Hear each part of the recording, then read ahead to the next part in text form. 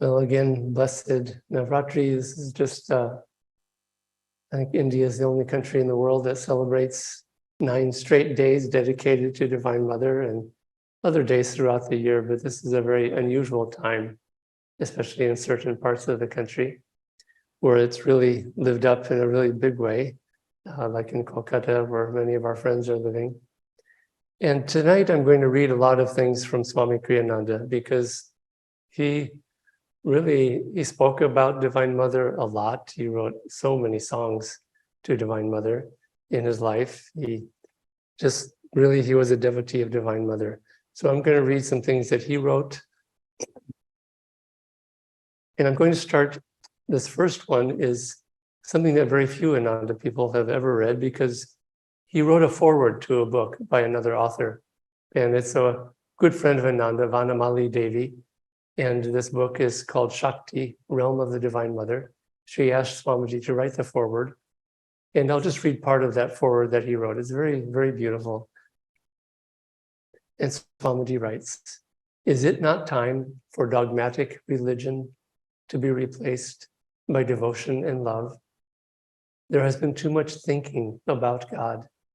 Mankind must learn to love him, to talk with him, and to experience him. And that him needs to be understood first in its higher impersonal aspect, and then brought down to earth in its more truly personal aspect as the Divine Mother. For God is inherent in his different aspects, though each in essence is different from every other aspect. It matters not only how we ourselves look upon God and define him in our minds, it is also a question of how God views us." That's an interesting question, because we always think of how we view God. And Swamiji writes, "If we invoke God as the Divine Mother, she comes closer to us. The infinite, which is beyond all sexual differences, comprising the maternal as well as the paternal principle, opens its heart to us when we appeal to it as Mother." There is a story from the life of the poet, singer, and saint, Ram Prasad.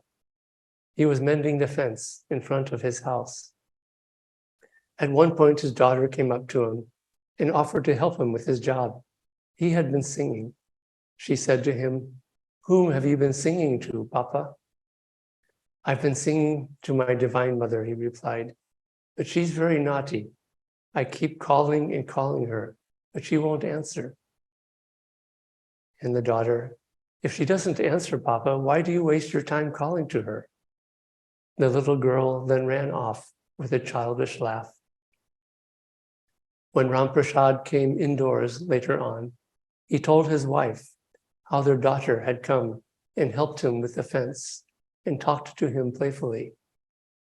"But that's not possible," answered his wife. "Today she's visiting on the other side of our village." And Ram Prasad, "But I know it was her," he exclaimed. Later on, when their daughter returned home, he pressed her, "Wasn't it you helping me with our fence today?" And she answered, "Why, no, Papa. You can ask anybody. I was with friends on the other side of our village." Thus did Ram Prasad come to know that the Divine Mother herself had come to him and teased him.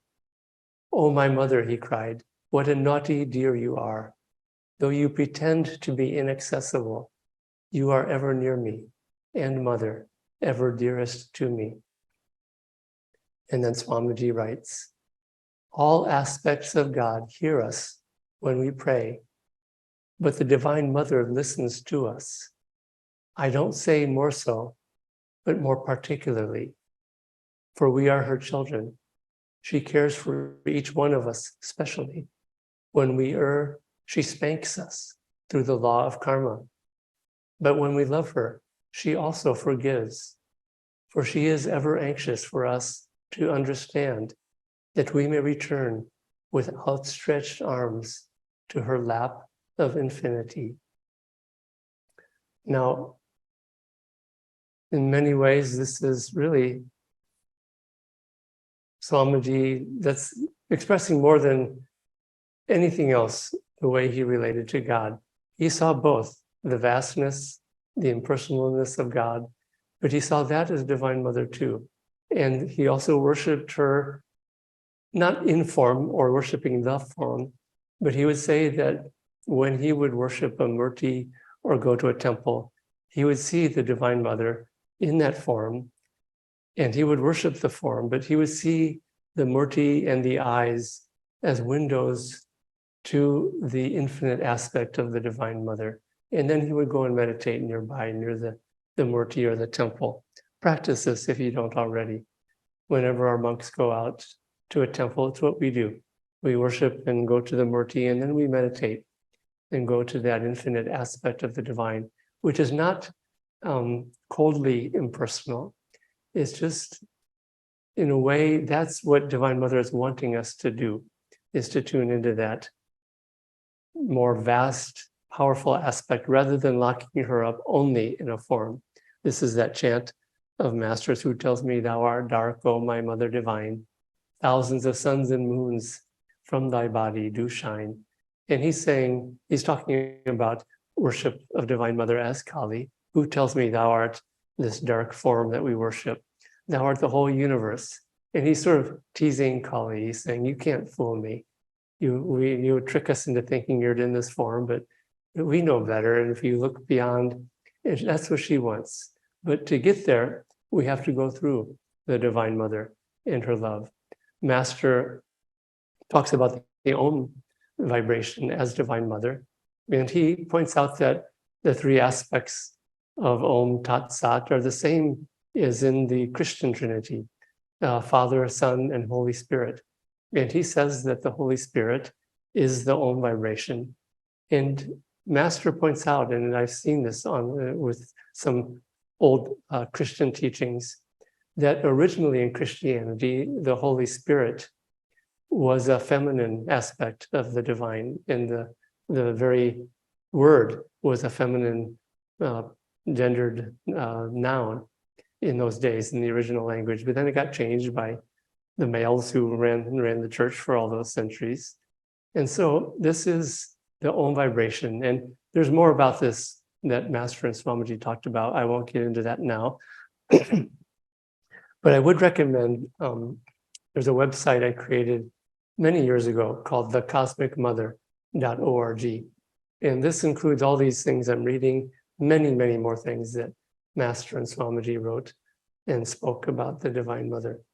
Now, the title of tonight is this title of this song that Master wrote, which is Divine Mother's Song to the Devotee. And in a way, the whole creation is Divine Mother's song to the devotee. The Om vibration is Divine Mother's song to the devotee. And so when we listen to the Om, really try to hear it as her song to us.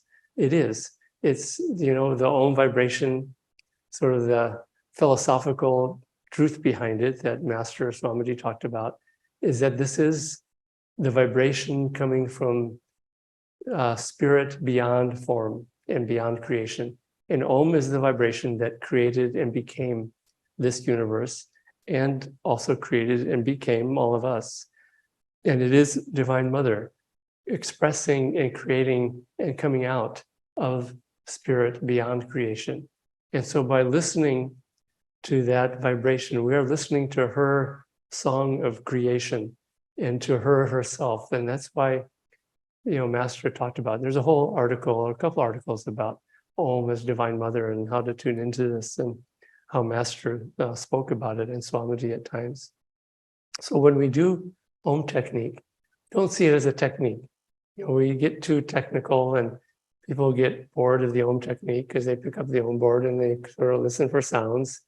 And they're listening for sounds, not listening for the song of Divine Mother. And if we practice that technique as Divine Mother worship, as listening her song to the devotee, which is what it is, it becomes so much more. It becomes so much more powerful and so much more deep. And tonight, if you can, pick up the Om board, and sometime during this time of Navaratri, listen for Divine Mother's song to the devotee through the Om vibration. Now, the this chant, Divine Mother Song to the Devotee. It's a song that Master wrote, and he wrote it in Bengali. We'll listen to an Ananda friend who just visited India, Prasad, Brahmachari Prasad. We'll hear him singing it in Bengali. And the English words I'll read in a moment, but I share this story in my Kriya Yoga book where a friend in India, in Mumbai, was at a satsang with Swamiji. And after the satsang, there was just a few people gathered around him at the front, and she approached him and she had a question for him. She asked Swamiji, which is more important, bhakti or mukti? Bhakti, devotion, or mukti, liberation? And then Swamiji, he couldn't even answer in words. He just was so touched by the question that the tears came to his eyes, and he could only sing this song of Divine Mother's Song to the Devotee. And that was his answer. And the words are, O devotee, in English, O devotee, I can give thee salvation, but not my love and devotion. For when I give those away, I give myself away. Ask of me salvation, but not my love and devotion. For when I give those away, I become poor, walking on your heart's wave. Now, I'm going to read what Swamiji said about that song and his interpretation of it. But first, let's watch this video of Prasad, Brahmachari Prasad, singing it in Bengali. So on that note, I'd like to share the song, Divine Mother's Song to the Devotee.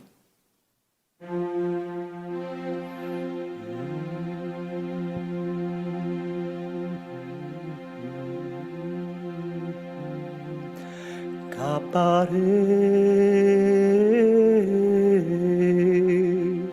Bhaktirite pari, moktirite pari, bhaktirite pari koi. Kapare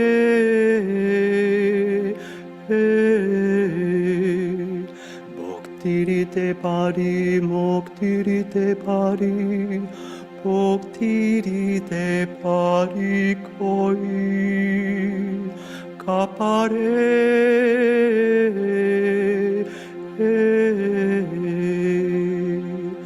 O devotee, I can give thee salvation, but not my love and devotion. For when I give those away, I give myself away. Ask of me salvation, but not my love and devotion. For indeed, when I give those away, I become poor, walking on your heart's way. O devotee, I can give thee salvation, but not my love and devotion. For when I give those away, I give myself away. Ask of me salvation, but not my love and devotion. For indeed, when I give those away, I become poor, walking on your heart's way. Kapare Bhaktirite pari, moktirite pari, bhaktirite pari koi. Kapare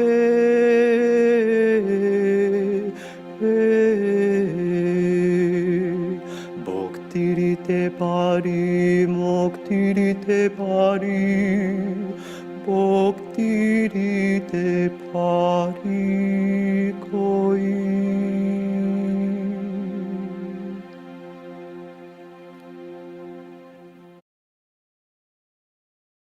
Thank you, Prasad. He was just here with us visiting just He left about 10 days ago, I think it was. Now, this is what Swamiji, how he explains that chant. He says, Divine Mother is very conscious of you, and especially of your soul's needs. She will help you, but she will help you more if you ask from her that which she really wants to give. Master put it in a beautiful way when he sang a certain song in Bengali.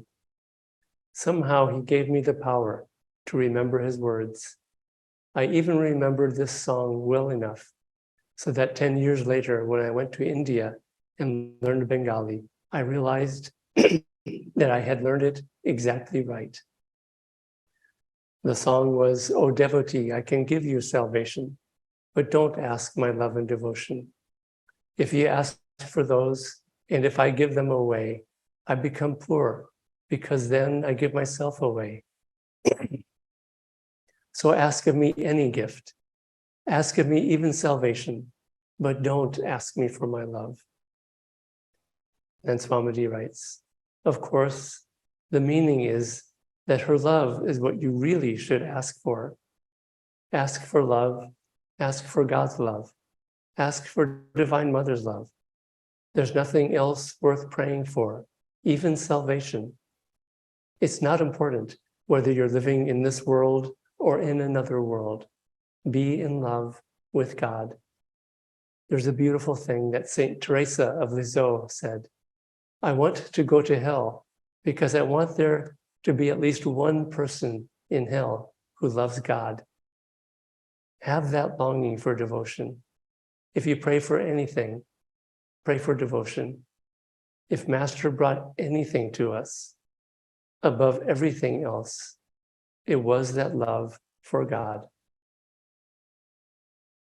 So this time is just a time to come back to that point and the importance of that reality of just, it's only about our love for God. And Divine Mother, I just appreciate how Swamiji put it in what he said earlier, that Divine Mother doesn't, when we pray to Divine Mother, she listens to us not more so, but more particularly, because there is a certain personal aspect and connection to her in that way. I'll share a story also, and feel free to offer up any questions in the chat, and Premdas will moderate and ask them. But I'll share a story that I've shared many times, and I shared in my book, but I was once driving in Pune in India, and I was at a traffic light.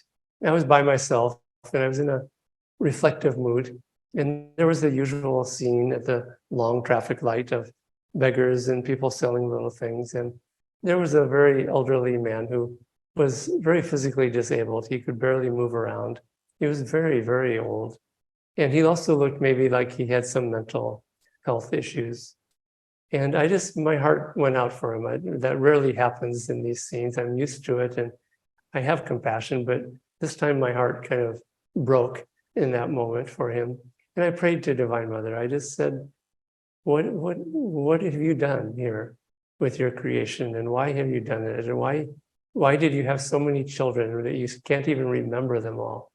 And look at this man, you've totally forgotten him. And I was teasing Divine Mother lovingly, but I was also serious. I said, why so many children?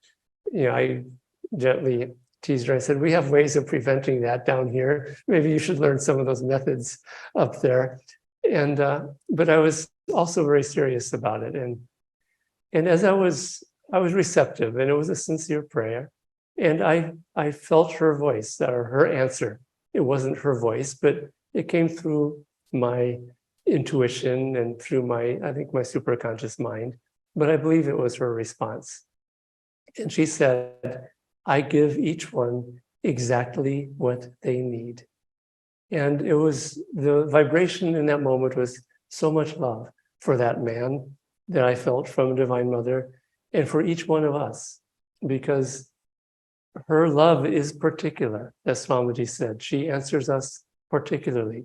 And she said, I give each one exactly what they need, precisely the individual needs. And so when we do go through difficulties and tests and challenges, go to Divine Mother and complain, shake heaven and earth with your complaints to Divine Mother. I think it's just one of the best things that we can do. Maybe if we all do it together all at the same time. I saw a movie once long ago that it was a nursery of newborn babies that were in little incubators in a hospital. And there was about maybe 20 or 30 of them all in this tiny little room. And it was very quiet and they were resting very peacefully. And then one of them started crying and just started crying and crying and wouldn't stop. And then the next one over began crying in response. And then they all started screaming and crying, creating this huge ruckus, and finally attracted the attention of all the nurses who had to come and take care of them. And maybe if we all cried together with enough intensity, enough loudness and screaming and wailing, maybe she'll answer our prayers.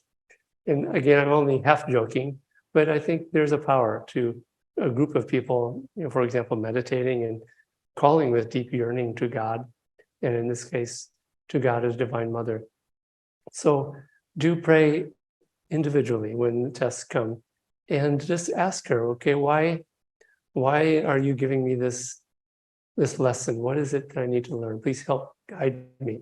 Because if a mother spanks the child and the child doesn't understand why it's being spanked, and it's the karma spanking the child, as Swamiji put it, then the child would ask the mother, okay, why are you spanking me? I know I did something wrong. Please tell me. And please help me to learn how to do it right. And she wants to teach us. The mother wants to teach the child and wants to bring the child home into her arms and home to truth and home to this higher realization that she's trying to give us. And so when tests come, go to Divine Mother first and talk to her in these ways and try to find some understanding, because she is giving each of us exactly what we need, not just generally or vaguely or kind of pushing us in a vague general direction, exactly what we need in order to grow closer to her. And it means developing a quality or a trait or a strength or a love or a self-offering in some way. And so usually it's a quality or a trait that she's trying to help us develop. And our part is just to listen. And she's trying to tell us what she wants us to learn. She is telling us what she wants us to learn, but we have to learn how to listen to that voice and listen to what it is that she's trying to tell us and teach us. And that comes from stillness. It comes from not reacting emotionally when a test comes. Yeah, there's an emotional reaction in the moment sometimes when tests or grief or loss come. But once that settles down, then calm the emotional reactivity of the heart and try in some calm way. One, to calm the emotions and the reactivity, then to offer that calm feeling upward in meditation and with Kriya Yoga.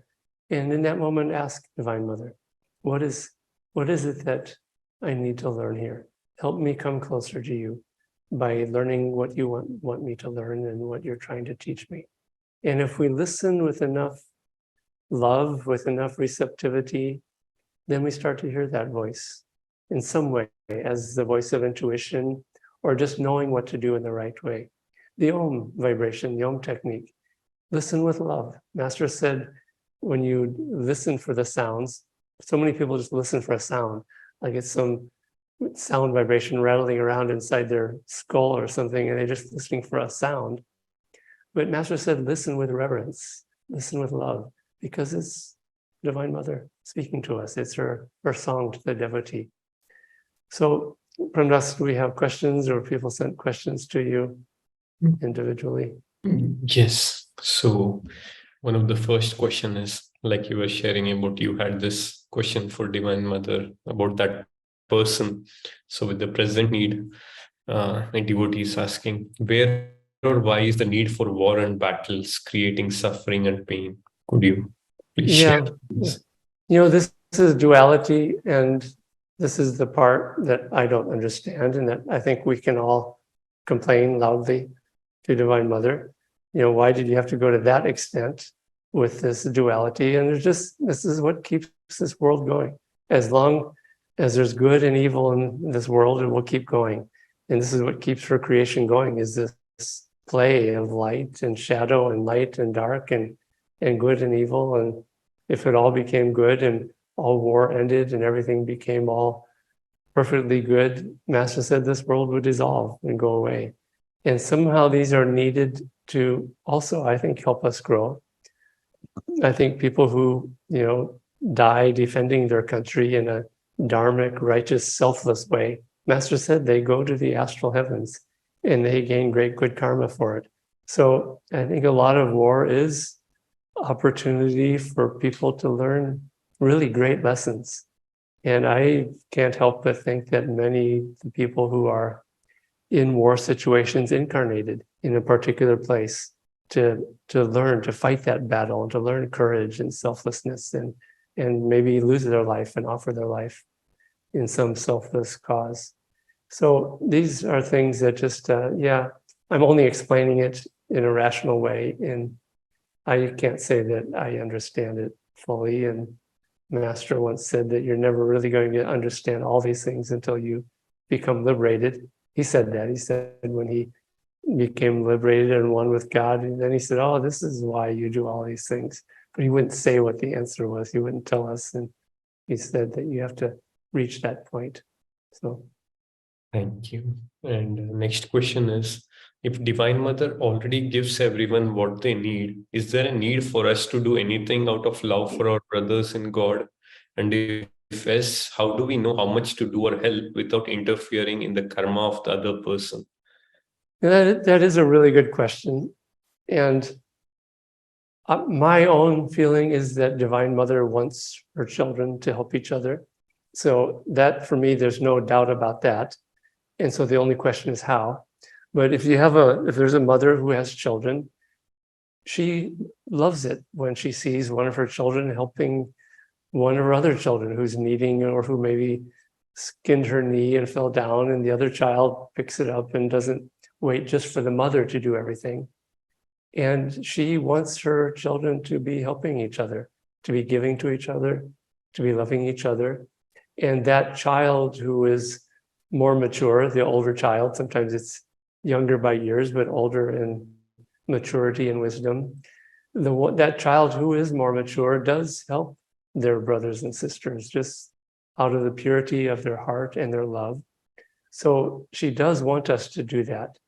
It also, the way that we become one with Divine Mother's love, it's not passive.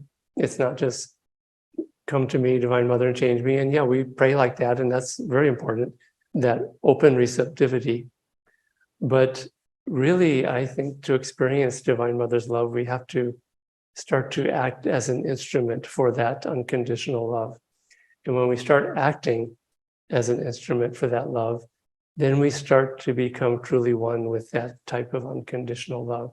And that comes about through service to others. And, even the mother acts to help her child. It's like a mother of a child. The child is sick and suffering, and the mother doesn't say, okay, I'm not going to interfere with your karma. That's such a sort of a masculine God as the cosmic judge kind of a thought. And I'm not going to help you become healed. I'm not going to get the medicine for you because I don't want to interfere with your karma. And I appreciate you asking that question, because that does come up. But no, we have a duty to help and uplift, mostly for our own upliftment. But also, I think people suffer in front of us because it is their karma to attract our attention and our love. If it wasn't our karma to help, they would be suffering somewhere else. And so we do have a duty to serve and to give others. Now, how do we do it in the right way? And that's also a very good question. Without interfering with their karma, we can't do everything for a person. And, one time I was out walking with Swamiji in the city of Seattle, and we were walking together in the very heart of the downtown, and there was a beggar there. And Swamiji just pointed out something to me. He was, this very short walk had a couple really big lessons for me that he taught me. But this one was, he said, he said, it's bad karma to just give money to a beggar, because you're reinforcing in them that they don't have to do anything, and people will give them money, and just money especially. And he didn't say, but I assume he would say, yeah, if you have food to give to someone who needs it, of course. But just giving money to a beggar, I think people do that more to assuage their own guilt about having money, and maybe not having it honestly sometimes of us, but not in the wrong way. We have to use discrimination to understand what is the right way to help someone, to lift them up. And we're not interfering with someone's karma by helping them. In fact, Master said to become liberated, you have to help to free 6 others. And Sister Gyanamata, who he was talking specifically once about her as becoming liberated in this life completely, Master said, or Swamiji asked him, but does she have disciples? Because she has to free 6 others. And Master said, yes, she does. And they weren't guru-disciple relationship kind of a thing. But when you look at her life, she worked out a lot of karma, and she took on a lot of the karma of her guru bhais and helped to free them. That's how I think she freed 6 others. So she literally was taking on others' karma. And you could say she was interfering with their karma, but the guru interferes with our karma. He takes on our karma too. And so this is something that we do for each other. We help each other in that way. And if we take away a lesson from somebody, then that's the kind of interference that's not helpful. If we help someone learn their lesson by giving them encouragement, love, strength, support, then of course that helps them too. Just like a mother with a child. If the mother takes the exam for the child, the math exam, that's not helping the child at all. It's taking on the child's karma, I guess you could say, but that doesn't help the child. But if the mother helps the child learn, the maths or whatever, to be able to learn and grow and then to pass the test themselves, then that is, you could call that interfering with the child's karma in a way, but it's not, in a way it is, but it's just helping. And again, coming back to this is what Divine Mother wants her children to be helping each other. It's just I think it gives her great joy to see her children getting along and helping each other and loving each other and selflessly lifting each other up with her love and in her name. So yeah, it's a good question, and it could go on. You could say a lot more about that. But when someone has karma, it's a really bad idea if someone's suffering, just to look at them and say, oh, it's just your karma. I mean, that's just one of the most cruel things you could possibly say to someone. It might be true in a sense, but it doesn't help them in any way. And this is watching Swamiji help us with our karma by encouraging us, by giving some of his strength to us, and by teaching us and lifting us up. And we all have a duty in the end to help our brothers and sisters who need help. So another question? Yes, thank you, Devarshi. So next question is, how can we learn or develop openness to Divine Mother's guidance? I think it's simply asking is all it is, and praying to her and asking her for devotion. It's what she wants to give us the most, and all we have to do is ask. So prayer is the first step, which prayer for me is asking of Divine Mother, of just, help me understand, help me learn especially to have your love, but also again, actively acting as her instrument. There's that prayer that Master, I think, was the prayer he used most often. And maybe he said it was his favorite prayer. He may have said that. And we often I do, just because I love that prayer so much, but the prayer is, Divine Mother, may thy love shine forever on the sanctuary of my devotion. And may I be able to awaken thy love in all hearts. And so he's saying that by actively asking for that love to enter our hearts, and by praying that we're able to share that love with others, that's what Master, I think, most of all wanted us to be doing. And I think that's the way to start hearing or feeling her guidance, because we start to hear or feel or understand what she wants when we get in tune with her, when we understand how her love works and what it means. It doesn't mean we'll hear her voice saying something in our ear, but we will start to understand what is the right thing to do, because we will start acting as Divine Mother wants us to act, and it will be a natural thing to start acting in that way, rather than waiting for her to tell us as, quote, guidance. And so guidance comes in many ways, and it most often comes through intuition, as just an intuitive understanding of what is the right thing to do and the right way to act. And it doesn't come as a voice. And I think it doesn't come as a voice because I think Divine Mother wants us to develop our intuition, because that's a much higher level of understanding and listening and receiving guidance, not words. And I think on the astral plane, Master talked about this, where when he was with the resurrection of Sri Yukteswar, and he was asking Sri Yukteswarji about the astral plane. They said that communication there is more with thought forms rather than with words, which is an intuitive way of just expressing. And so communing with God as Divine Mother, feeling her presence, praying to her, but also understanding that we are already in Divine Mother. She is already in us. We are part of Divine Mother. We are part of that creation that she created. And she is in us, she is us, is something that Swamiji once said. And it doesn't mean that we should worship ourselves as Divine Mother, but he was saying that try to commune with her even on that level, just as he would say, meditate in God, meditate in Divine Mother, feeling that we are in and part of Divine Mother, and meditate that way.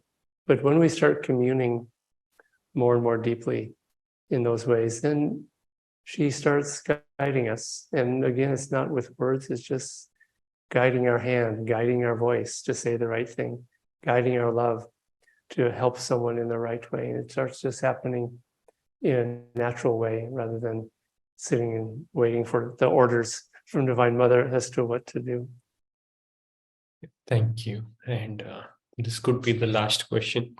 So how do we know when we are asking for guidance that it's the Divine Mother voice or the ego within us giving us the direction? It just takes practice, and we'll make a lot of mistakes along the way until we perfect it.